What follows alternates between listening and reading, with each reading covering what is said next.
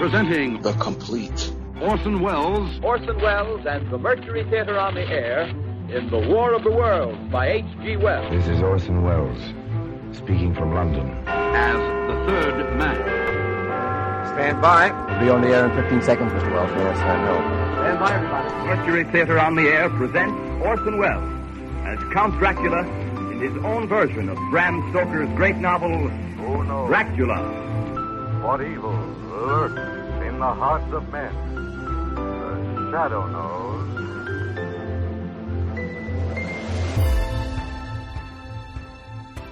Hello world, welcome to The Complete Orson Welles, brought to you by Dwayne Old Time Radio. This podcast will feature various classic radio programs ranging mostly from 1936 to 1952 that Orson either produced and directed, was featured on, or starred as a guest.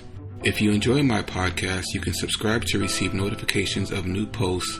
Subscribing is free and only takes a moment. New episodes are posted weekly. If inclined, please leave a rating and or review on your preferred podcast service. Thank you for your support. Hope you enjoyed the genius of Mr. Welles. We are going to end the month of July with The Black Museum, episode 4 from The Black Museum. This one is titled The Black Gladstone Bag. There are no official month and days for The Black Museum, but it airs sometime between 1951 and 1951 and 1952. This is Orson Welles, speaking from London.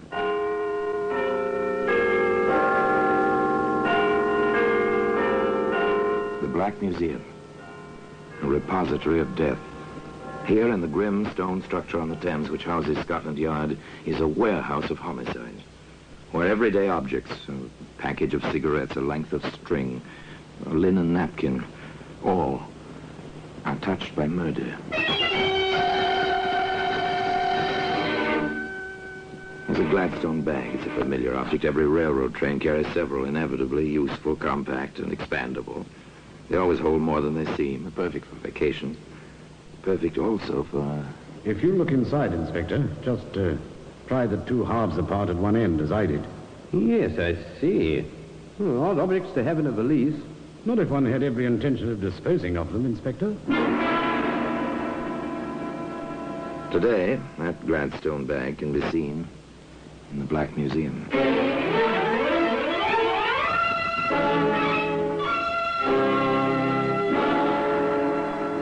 From the annals of the Criminal Investigation Department of the London Police, we bring you the dramatic stories of the crimes recorded by the objects in Scotland Yard's Gallery of Death, the Black Museum.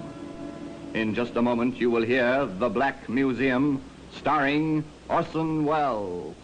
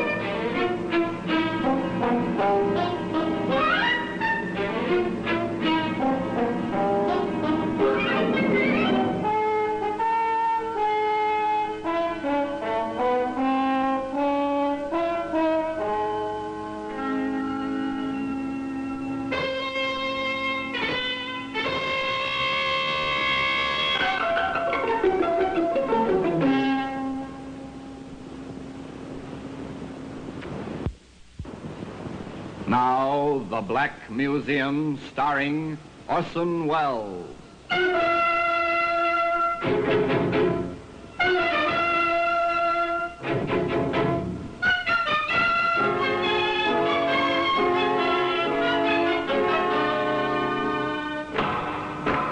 Well, here we are in the Black Museum, Scotland Yard's mausoleum of murder. There are times, as I open this door, that I feel the old familiar inscription should be carved on the lintel. Abandon hope, all ye who enter here. Yes, abandon hope of peaceful, quiet, dreamless sleep, for within this room is almost every instrument which ever has been used for the commission of the foul deed called murder. Yes, here lies death. No doubt about it. You feel it in the dull, oppressive atmosphere. You see it first marked calmly on the neatly lettered cards. So-and-so died by this instrument at the hands of so-and-so, dated, and so forth. Your glance passes to the thing itself. You almost feel the blood. There's a camera. So, you think Ordinary tourist snapshot-taking camera. Yet within the blackness of this box, the film registered two faces. A third person saw a print. And from that recognition, 3 people died. One by a hangman's rope. Here's a briar pipe, well smoked, thoroughly discolored. A pleasure to a pipe smoker, but no pleasure to the man who inhaled hydrocyanic gas with his tobacco. Nor to the killer, trapped by the pipe itself. Ah, here we are, the Gladstone Bag. Piece of luggage for a man. It looked so commonplace, so much as if it belonged to a traveling salesman, not to Jim Hudson. Of course, in a way, Jim was a traveling salesman. He certainly had a sales talk, and he was quite successful at it. Sally, I've never seen you looking lovelier. Oh, Jimmy, you always do that. Do what, sweetheart? Say things like that, just when I want to pick a fight with you. That's one of the reasons I love you so much. Despite your wife and everything else. Everything else? That's what I wanted to fight with you about. We just can't go on like this, Jimmy, darling. Why not? We're as happy as circumstances. Don't you see, Jimmy? A woman wants at least a snatch of domesticity, not just clandestine meetings with the clock ticking away her happiness in the background. It'll come, darling. It'll come. The girl was right, of course, from her point of view. Granted that the relationship between her and the man she loved was, well, outside the recognized bounds. Granted that they found each other when it seemed too late. Still, the girl was right. She wanted a certain sense of security, which can come to a woman only through the small things of making coffee in the morning while a man was shaving within earshot. And Sally James was the kind of girl who took action when she wanted something badly enough. Jim, what about the week we planned together for this spring? I probably could get away, darling, if we had a place to go. I have the place. Anyway, the ad about it. You are something, aren't you? Here, darling. I found this in the Sunday paper. Go on, read it. For rent. Bungalow. The beaches. Pevensey Bay, Eastbourne. Reasonable by the week. You've got your heart set on this, haven't you, sweet? Can we do it? The week of April 12th. All right? All right. Oh, Jimmy, it'll be heaven down there by the sea.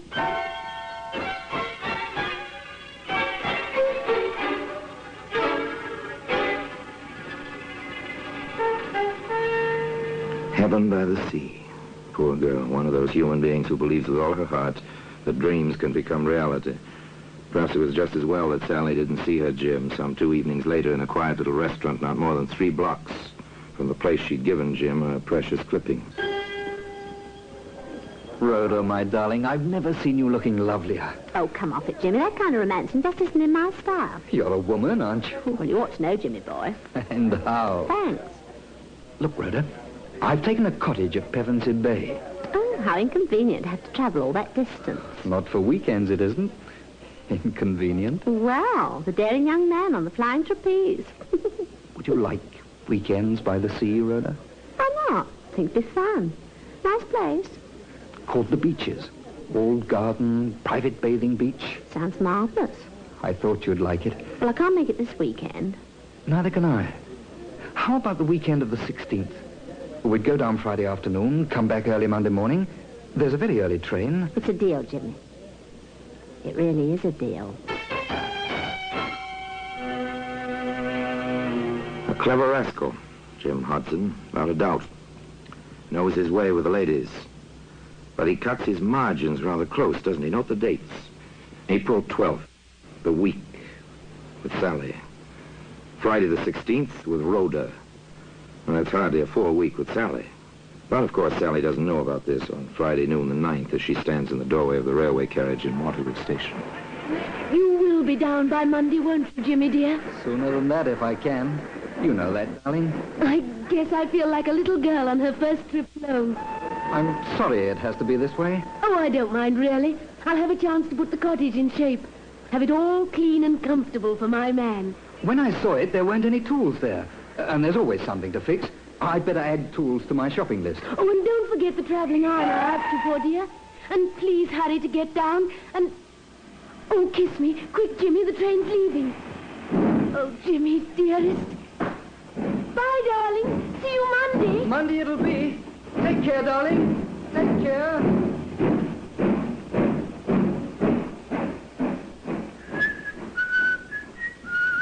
Watch him as he walks up the platform. The train is already disappearing from the track. Jim has his hands in his pockets. He's whistling merrily, a man with nothing on his mind except his love affair and the prospect of the week ahead. He leaves the station, walks up the street a ways, pauses before a hard wish. What was it he added to his shopping list? Oh, yes, tools. He enters the shop. May I assist you, sir? Yes, I think you can. What do you wish? You've got some fine-looking knives in the window. May I see them? Any particular blade size, sir? I think, yes, the 10-inch carver will be about right. Very well, sir. There we are, sir. Best Sheffield steel, hollow ground, razor sharp, and guaranteed to hold temper. It will take very little honing to keep the edge, sir. Very efficient looking. Do you prefer the bone or the plastic handle? Bone, I think. Very good, sir. Is there anything else? I think, yes, a small cross-cut saw. Small, about 18 inches. Perfect. Excellent quality, as you can hear. Good. Would you wrap them, please? Then that will be 6 and 4, sir. I'll just make up the slip. You'll have your package in a moment.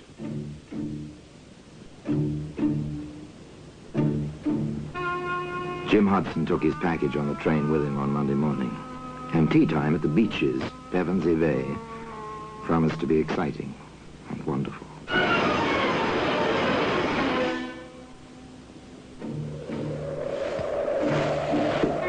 Isn't this wonderful, Jimmy?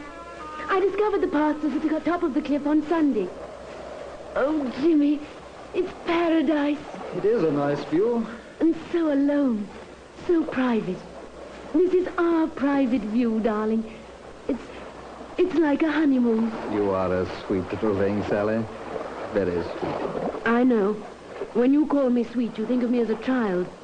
But I love you as a woman, Jimmy. I know. Shall we go back now? It looks like it may kick up a storm. If you want to, darling. Whatever you want. Whatever he wants, Sally. But does he know what he wants, this man with a wife in London, you at the beaches, and still a third woman waiting to join him just 4 days from now? It's too bad the beach isn't sand. Oh, I don't know. Shale isn't bad.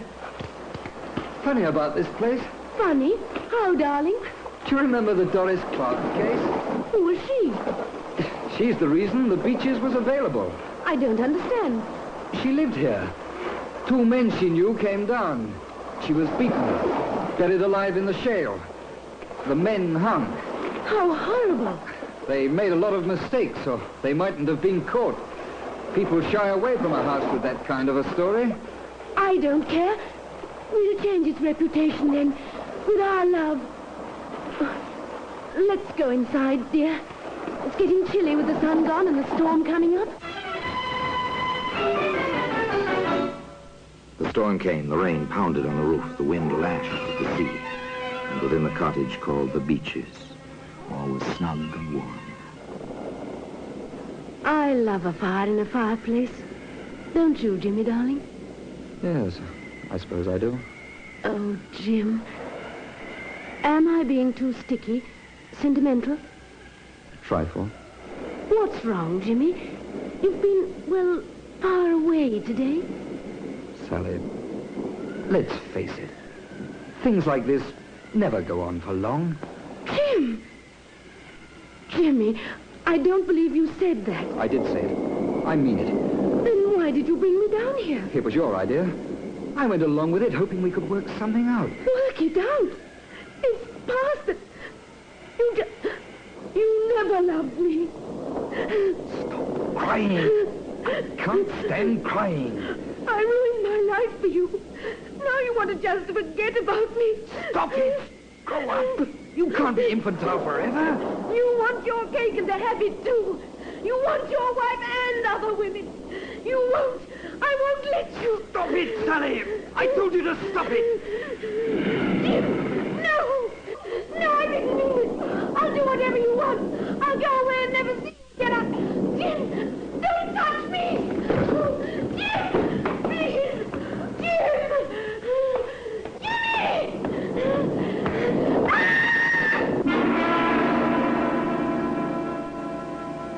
The scene was set, save for one vital piece of evidence. A black Gladstone bag, which can be seen today in the Black Museum. In just a moment, we will continue with The Black Museum, starring Orson Welles.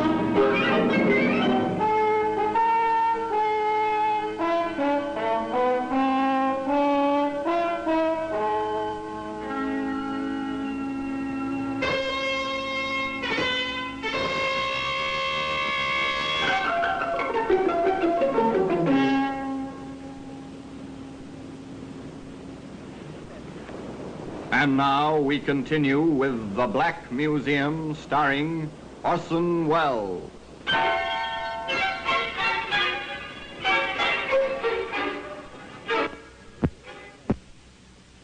Friday, the 16th of April, dawned fine and clear. A calm, gay Jim Hudson made his way, whistling as usual, through the weekend-bound crowds of Waterloo Station. Well, here you are, my good man. Glad you think I'm a good man. I am. Well, I think you are. By Monday morning, I'll know. Then let's make that train, baby. Pevensey Bay on number 7.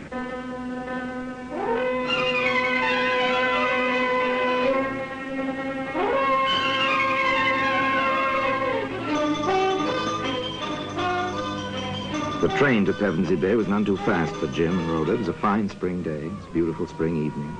Moonlight made the rollers on the beach gleam with a lovely phosphorescence. On the porch of the cottage, known as the Beaches. Know something, Jimmy boy? I know lots of things, old girl. What, for instance? Oh, this. If I were the romantic type, this place would make me go, oh, gooey. But you're not? No, I'm not. All your misconceptions of women notwithstanding. Then you want to waste all this moonlight and romance? Oh, come, darling. If you must whisper sweet nothings, come and whisper them. Why not out here? Because I don't feel comfortable on the shale. Come along now.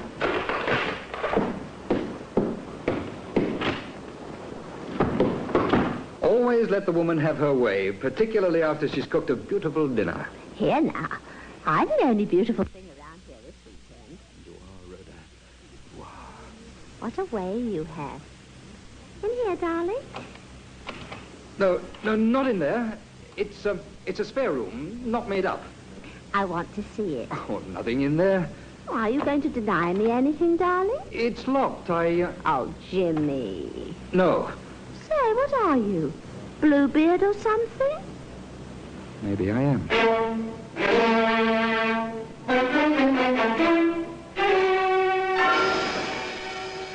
The door stayed locked. The weekend at Pevensey Bay was quite successful.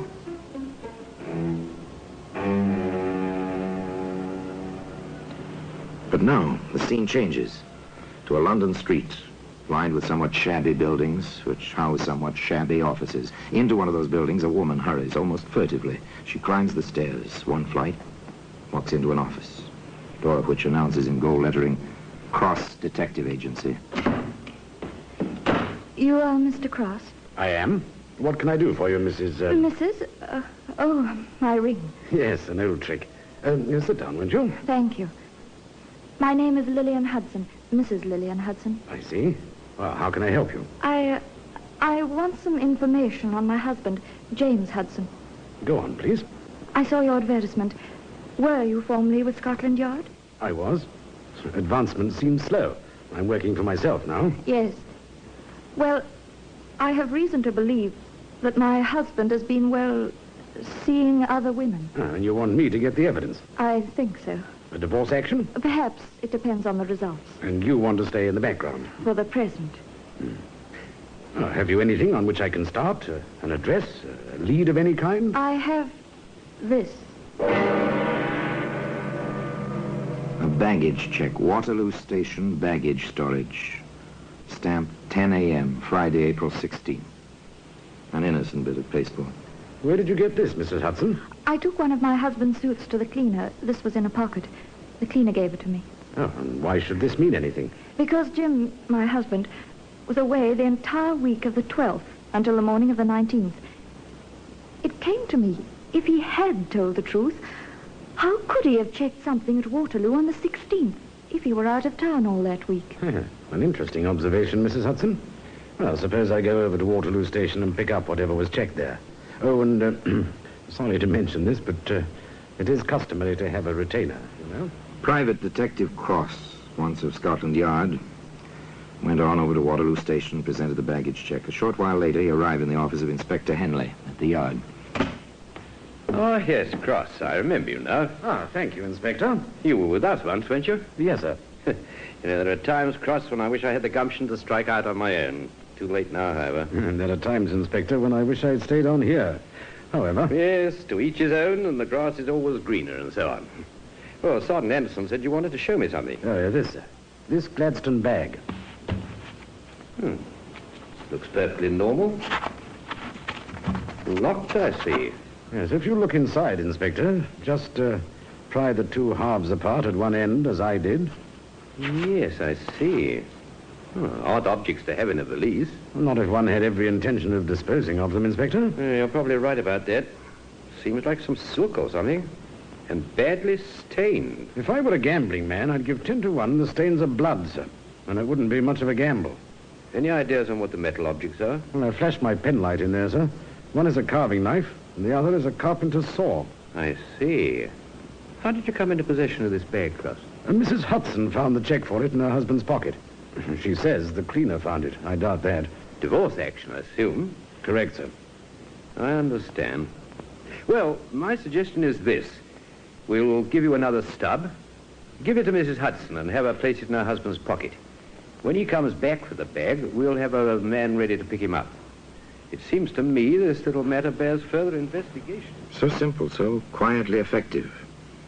Just place a check for baggage in a man's pocket. When he comes to claim his Gladstone bag. Yes, sir? Oh, here's my check. It's a brown Gladstone. Left it 3 days ago. Just a moment, sir. Sergeant Anderson, sir. Yes? It's the check you've been waiting for, that fella there, whistling. Thank you. Give him the bag. I'll speak to him. Yes, that's my bag.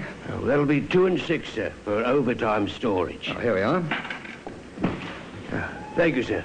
Glad to oblige. Excuse me, sir. You James Hudson? That's right. Who are you? Sergeant Anderson, Scotland Yard. My credentials. If you would be good enough to come with me. What for? Inspector Henley would like to see you. He's waiting at the police station just a block or two from the station here. Well, I've got my bag here. Couldn't it wait tomorrow, or... That's all right, Mr. Hudson. I'll carry your bag.